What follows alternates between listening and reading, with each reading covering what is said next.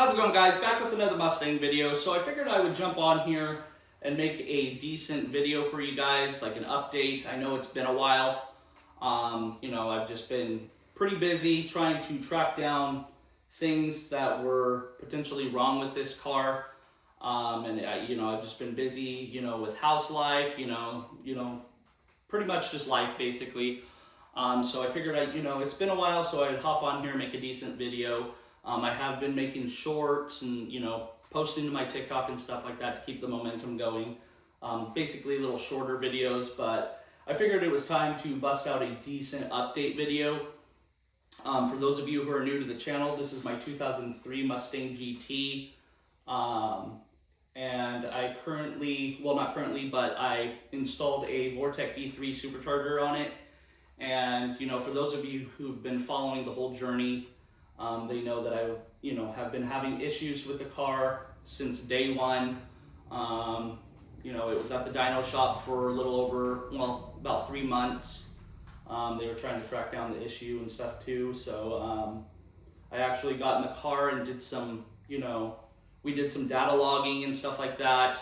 Mechanics have taken the car for test drives and stuff like that. So the car locks in, it's golden, it runs great, idles great, during that time. And they couldn't really track down the issue that I was having with the car. Basically, like I said, we did some data logging, everything was, golden. Fuel trims, fuel pressure, spark, you name it. Everything was just perfect. Shift points, everything. So we did have a slight issue with the overdrive because this is the 4R70W transmission, the automatic. So I have an aftermarket shifter on here. So when I spliced those wires into a toggle, it actually sent a, basically like a wrong signal to the basically the computer of the car, and it was just throwing things off. So what we ended up having to do was basically I'm running like a little kind of rigged up, kind of modified, if you want to call it, setup. I have the stock shifter, and we all know, everybody knows, the automatic shifter on these cars is hideous, ugly, it feels weird, it's just, it doesn't belong in these cars. So what I have is I'm running that, a couple wires from the overdrive wires that are underneath the dash, underneath the shifter, everything, it's just tucked under. So I'm running those wires, me and the tuner, we actually fabricated some wires into the glove box, and I have it hooked up to the stock shifter with the overdrive button on there, the overdrive off button.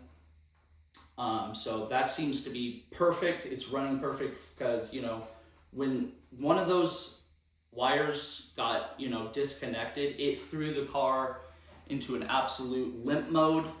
It was bogging down, it wouldn't shift. And we were just we didn't know that those wires came loose, and we were trying to track that down for a little bit, and it was crazy that it was just one wire.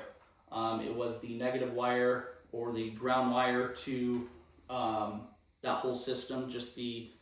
It was just crazy. And then when I connected it back, the car just ran great, perfect. So these cars definitely have, some things that will throw it all out of whack. Something that simple. I'm just trying to think of every little thing that has been going on for the past couple of weeks. I've been at it pretty much, almost every day. I've been wrenching on the car a little bit. So figured out that whole issue. That is perfectly fine now. I know what to look for if it ever comes loose, but I got it on there pretty good. That was actually last week when I actually, got that all figured out. But yeah, like I said, we went on test drives. This was a couple weeks ago. We went on test drives. Data logged everything. Everything is great. No check engine lights, no, you know, out of the ordinary kind of thing. But yeah. So also for those of you who are new, the issue that I've been having was when I'm driving the car and, you know, I let off the throttle, it would get this slight kind of jerk, kind of little buck, like, you know, and then I would get on the throttle again and it would just go away immediately. So I've been trying to track that issue down and I couldn't seem to find it. Like, I've been doing it for a few weeks now. I've been trying to track it down. I checked the TPS voltage, even with the throttle opening and closing perfect.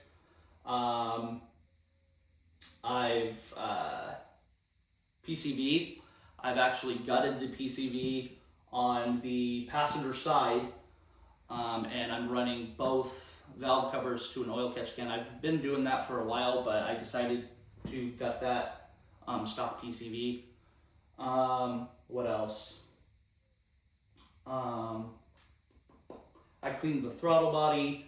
I've, you know, cleaned up the vacuum lines. I did a smoke test on the car, and there was no major vacuum leaks that I can see potentially on top. What else? What else? I've been doing all kinds of stuff, guys. I actually took the spark plugs back out and cleaned them up, and I re-gapped them because I did have it at 0.032 gap on the NGKA TR6 plugs. So I actually cleaned those up and I brought the gap a little closed the gap a little more to 0.030, yes. I know that you can run 0.028 to 0.032. So maybe I was thinking that it was that, but like I said, the spark was fine. So, you know, I'm just going down a list basically of things that I can potentially think. You know, I tightened up the coil packs because they were jiggling around a little bit. Because I am running, unfortunately, the previous owner put the Dorman intake manifold on here. So those of you who know the Dorman intake manifold, you have to use these tapping screws to get the coil packs down. So kind of after a while of going in and out, it's going to be a little shaky. So I almost went out and bought some new Motocraft coil packs, but I'm glad I didn't. I'm getting somewhere, guys. I'm just trying to go down the list of everything. So yeah, I did that. What else did I do? I actually ended up switching out the fuel filter finally. So I have a full new fuel system. I swapped it out for the K&N high performance fuel filter, and yeah, I can tell you that was definitely needing done. When I poured out the old one, it just looked like coffee, rusted. But when I did the fuel pump, I looked down in the tank and there was no rust or anything like that. It actually looked pretty clean. It was perfect. So it was just that fuel filter. I'm thinking potentially of running some fuel cleaner through the system. So yeah. What the tuner also actually ended up doing, I can't remember the name, but I'll basically try to explain it. Basically what the tuner adjusted on the car was when you let off the gas or let off the throttle, basically the fuel cuts. So we actually deactivated that to where there is still constant fuel going. Well, not like, you know, constant, but a little bit of fuel when I let off the throttle. The only thing that will be bad about that is clogging up your cats, but I'm not running any cats on here. I'm catless, so I don't have to worry about that. It will get, you know, some fine crackles and pops and stuff like that out of the exhaust, but I haven't noticed really much anything So we were thinking potentially that, and it wasn't. So actually what I ended up doing was, I started getting a little irritated, I'm not gonna lie, and I was like, what can this be? I actually took the charge pipe off that leads from the blower to the throttle body, and I was, investigating down underneath, and, what I've actually noticed was I was looking down underneath the blower where the bypass valve is, and I was thinking maybe something to do with this bypass valve. Was there a crank hose or something? The bypass, like it was giving symptoms of a bad, or a bad bypass valve not reading correctly or something like that, or not working correctly.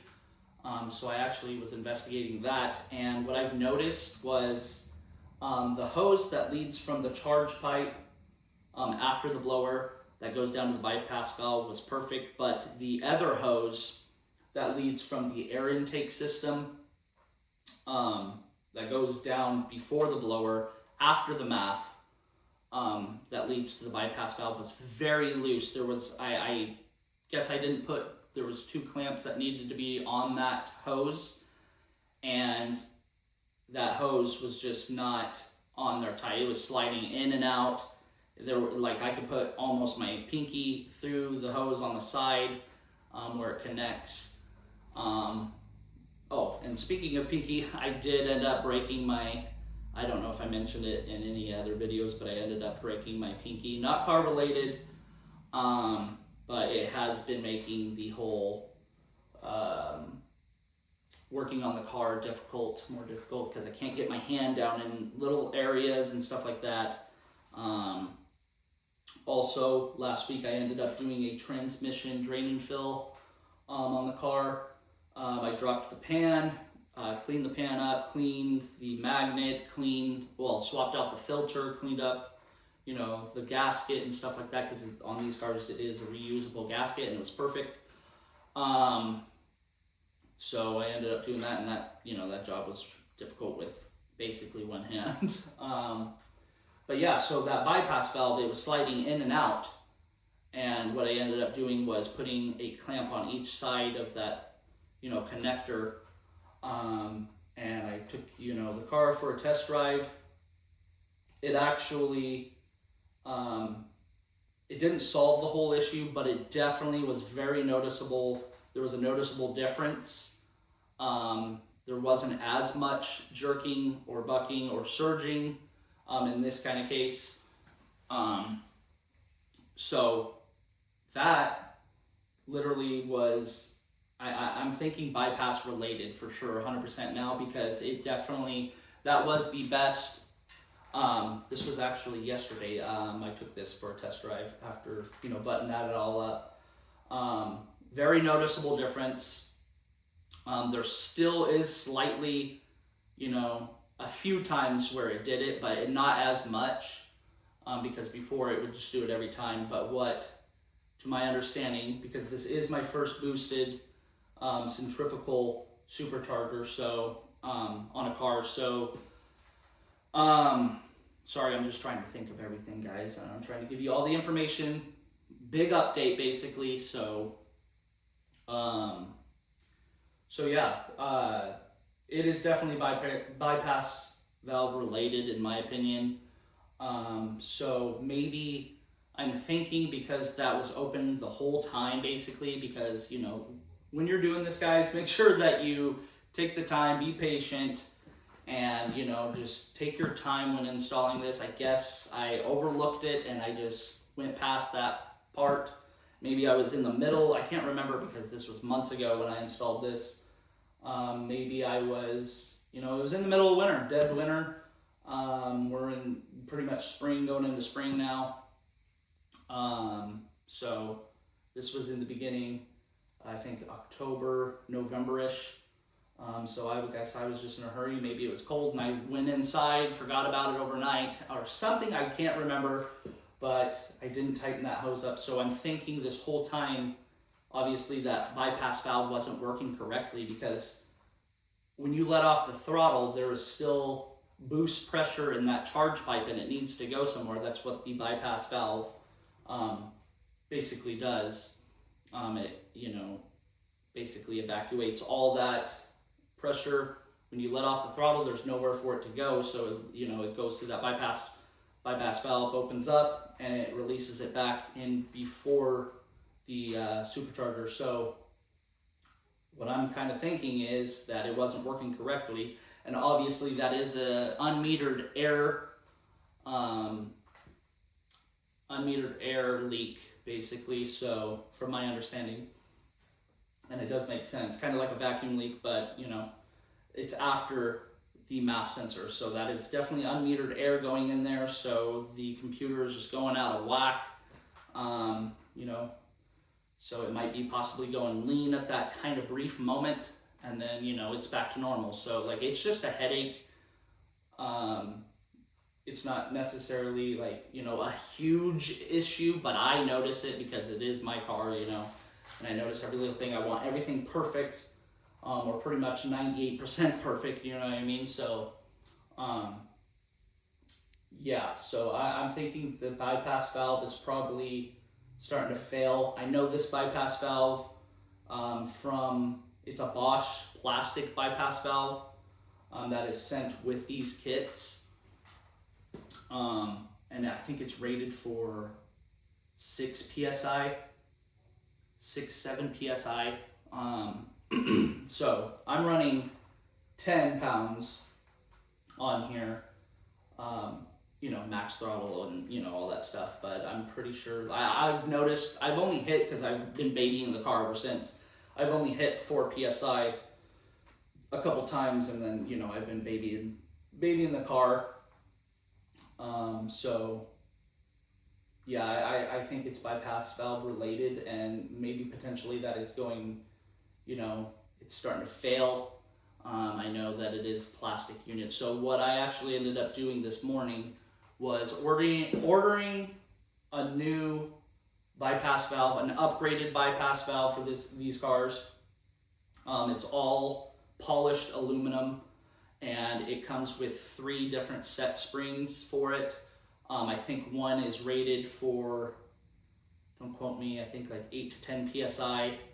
The second spring is rated for like 10 to 12, and then the third one is like 12 to 14, I believe. Don't quote me, I don't know, but it is rated. It is an upgrade for the Vortec Paxson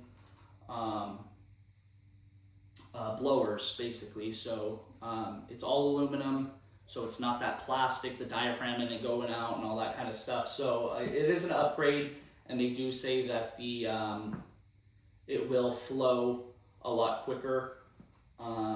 So I actually ended up getting one of those this morning, so I'm just waiting for that to come in, and then I'm going to install that in the car, and I hope that just fixes everything. But at least I'll have 3 different springs to try out. I'm definitely going to try out the medium one first, and see where it goes from there, because it does say that it will release all that pressure quicker than the stock Bosch, and it even says it and everything. So I'm definitely hoping that that is my issue. If anything, it is an upgrade regardless. So yeah, that's pretty much where I'm at with it, guys. I know that this video is, you know, potentially going long and, you know, stuff, but I just wanted to give you guys a good solid update where we are on the car. You know, everything else seems to be going good. You know, the car was smooth. The shift points were smooth. After that transmission drain and fill, I filled it with Mercon 5 Motocraft.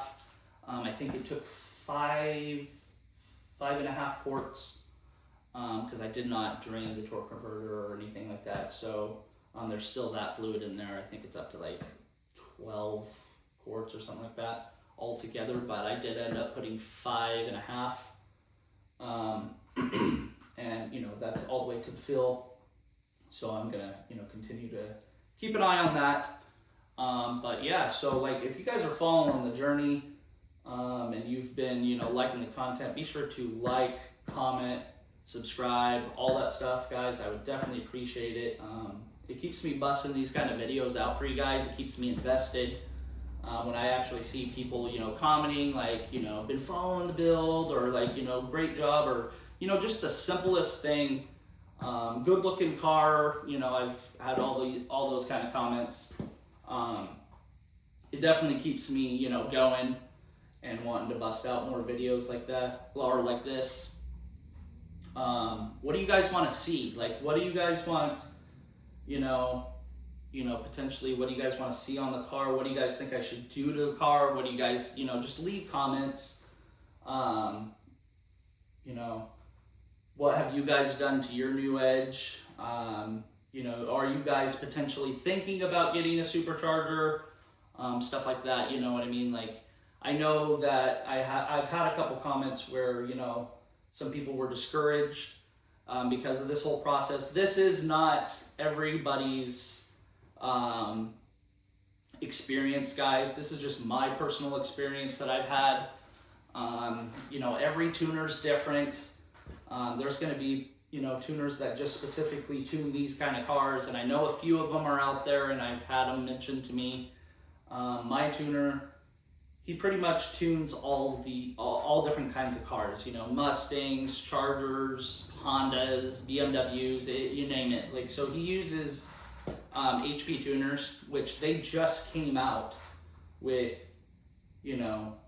updates and stuff like that for these cars. I personally think that I was one of the first, because it was 3 months of just going back and forth with HP tuners and stuff like that, and I think I finally sparked, them to actually start. I know that my tuner actually mentioned that this car hasn't been, fully investigated and stuff like that through HP tuners.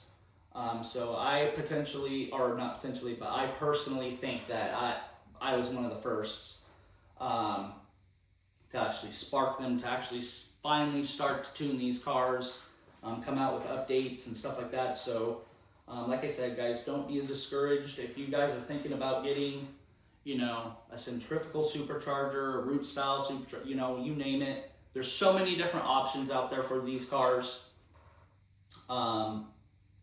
It's been a fun experience. Like, the whole time, like, it's been, yes, it's been a roller coaster ride. There's been ups, there's been downs, there's been, cuss words. Like, I've literally, I've been through it all on this car. So, don't get discouraged, guys. I definitely say yes. If you're thinking about boosting this car, definitely do it. If you guys leave comments, I will definitely, respond. I respond pretty much every day. If you guys want to get a conversation going, definitely, so like, that's pretty much the big update for the car. I will, give another update once I put that new bypass valve on. I forgot the name of it. I can't think of it off the top of my head, but I just know that it's going to be an upgrade regardless. So yeah, this is my 2003 Mustang GT, boosted GT, and it's been a fun journey, guys. Like, literally, it's been, like I said, it's been a roller coaster ride. It's been up and down, and I'm definitely happy that I went this route. There has been a couple times where I doubted it, where I was just like, did I make the right decision? But if I can look back on I wouldn't change pretty much anything. Maybe I would have changed, maybe possibly, getting a different kind of, tune. Maybe I would have went somewhere else, but like, this is my first time. This was my first dyno tune. This was my first, I wanted hands on the vehicle. I didn't want, my first time, I didn't want to, get a email tune or, something like that. I don't even have a handheld tuning device yet for this car. I do plan on getting an SCT X4 eventually down the road for sure. I do want to hook up a wideband. There's so many different things that I want to continue to do. This journey is, just getting started. I've had the car for 2 years. I've done everything to it. It was bone stock. From wheels, I've done suspension, I've done, you know, window tint, everything in the engine bay that you can see I've done. Yeah, I've done it all, pretty much. Exhaust, you know, throttle body upgrades, supercharger, you know, aluminum, radiator, reservoir, all kinds of things, guys. There's a whole list. I've done it all. It was completely stock. I bought it from, you know, a 17-year-old kid.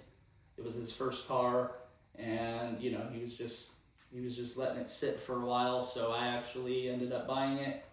I'm pretty invested in this car. I've spent thousands of dollars,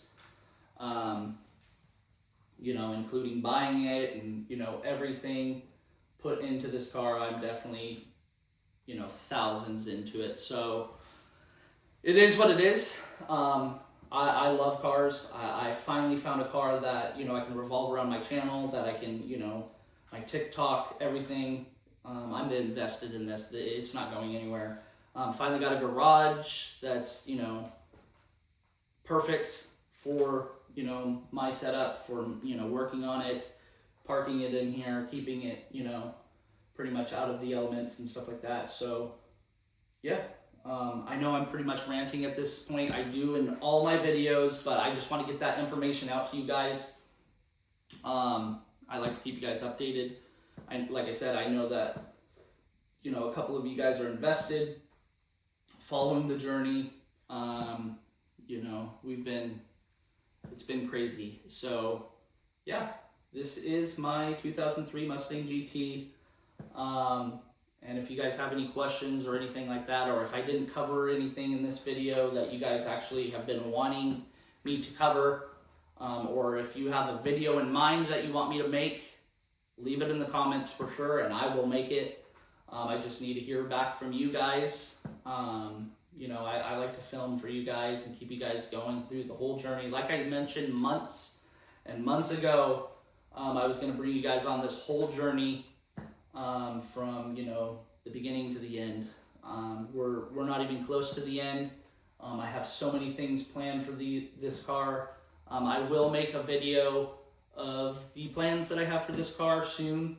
But as of right now, I just wanted to update you guys on the potential issue that I'm having, and where I'm going from here. So yeah, that's pretty much what it is. That's pretty much this update, this video. If you guys are liking the content, be sure to like, comment, subscribe, follow, all that stuff, guys. I would definitely appreciate it. And like always, thanks for watching this video.